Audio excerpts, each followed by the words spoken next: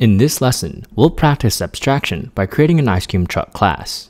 Once you see this page, fork the project to get your own editable copy. To do this, click on the project name in the top left to get a dropdown, click on the ellipses to get another dropdown, and finally, click on the fork button. Then, I suggest placing your Skillshare and REPL.it windows side by side as shown here. You should then see code similar to the ones that I see on the right.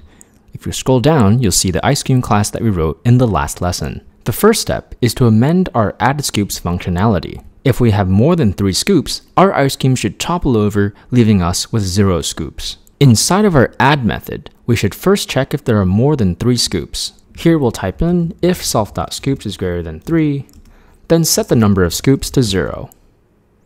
We're also going to add a print statement here to explain what happened to the user. Here we'll print too many scoops, dropped ice cream. Before moving on though, here's a tip. Avoid magic numbers. Magic numbers are any numbers written directly in the code, like this 3 and this 0. 0 is simple enough to reason about, but why 3? We know 3 is the maximum number of scoops, but in more complex programs, magic numbers become harder for other coders to understand.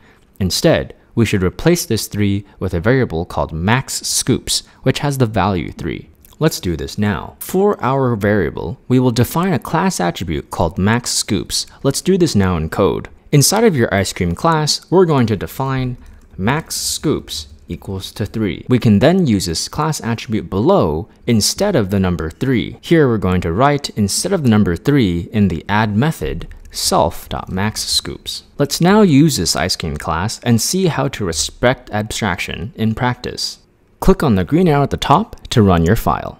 Now, instantiate your ice cream. Then, let's say we want to add scoops. We can directly modify the number of scoops.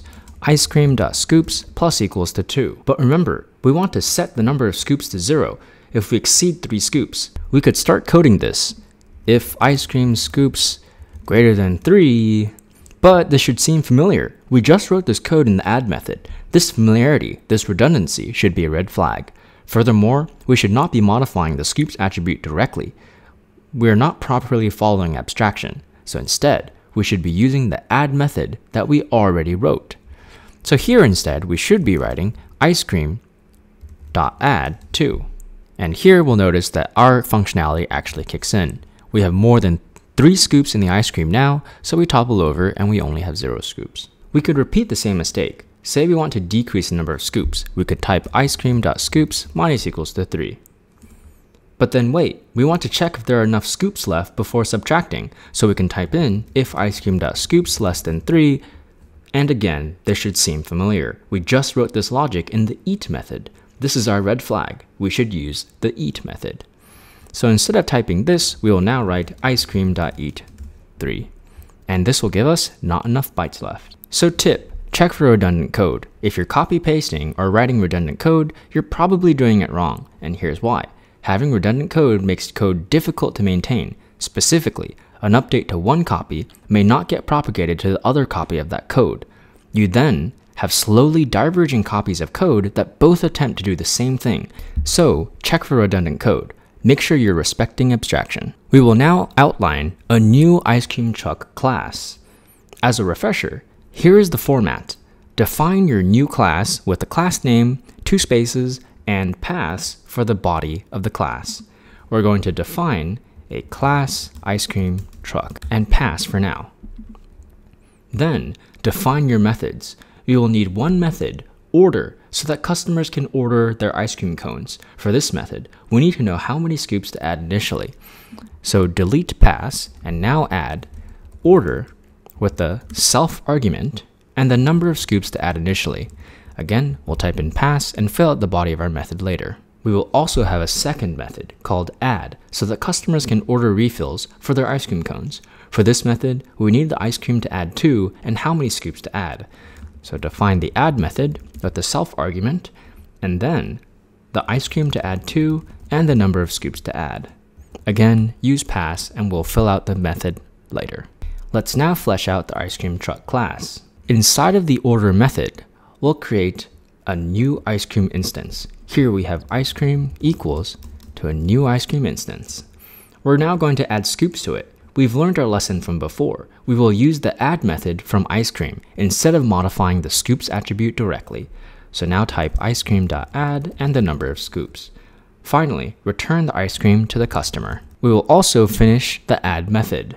This method is pretty simple. Just add scoops to the ice cream. So ice cream.add scoops. Let's now track how many scoops we sell. We will need to add a constructor that initializes the number of scoops sold to 0. So here we're going to define a new constructor with a self argument and set the number of scoops sold equal to 0. Next, we will then update the number of scoops sold in the order method. In the order method, we'll add the number of scoops sold. And finally, in the add method, we'll do this one more time. We'll fill out the number of scoops sold. But wait, we just wrote this line of code up above. If you compare these two lines, 37 and 38, with the two lines above, 32 and 33, you'll see that they look identical. This is a red flag again. We have redundant code. We could be breaking abstraction. Turns out we are. This method, add for the ice cream truck, handles adding scoops to an ice cream. So we should be using the ice cream truck's add method to add scoops to an ice cream cone. So instead, let's delete lines 32 and 33 and instead replace this with self.add ice cream scoops. And we're now respecting the abstraction for our ice cream truck. So tip, understanding the contract a class provides can help you organize code within the class. Here, understanding that the add method handles adding scoops and accounting for a number of scoops sold means we can use this add method instead of doing both these steps manually, saving us from writing redundant code. Let's now use this ice cream truck class. Learning from our previous mistakes, we know now to respect abstraction. Again, hit the green arrow at the top of your file to run your code. Note that there is now a new level of abstraction. We shouldn't create or add to ice cream cones directly. Instead, we should order from the ice cream truck. Let's now create a new truck. Order ice cream with 3 scoops. Here we have ice cream 1 is equal to truck.order with 3 ice cream scoops.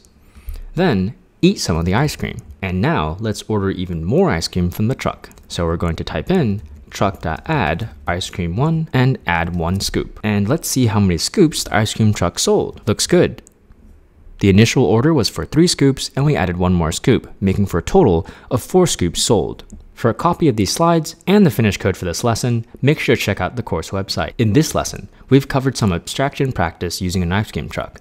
In particular, you've seen how I've failed to use abstraction and how to fix that. Remember the 3 tips from this lesson. Avoid magic numbers, check for redundant code, and be clear about expectations. The next lesson is bonus practice.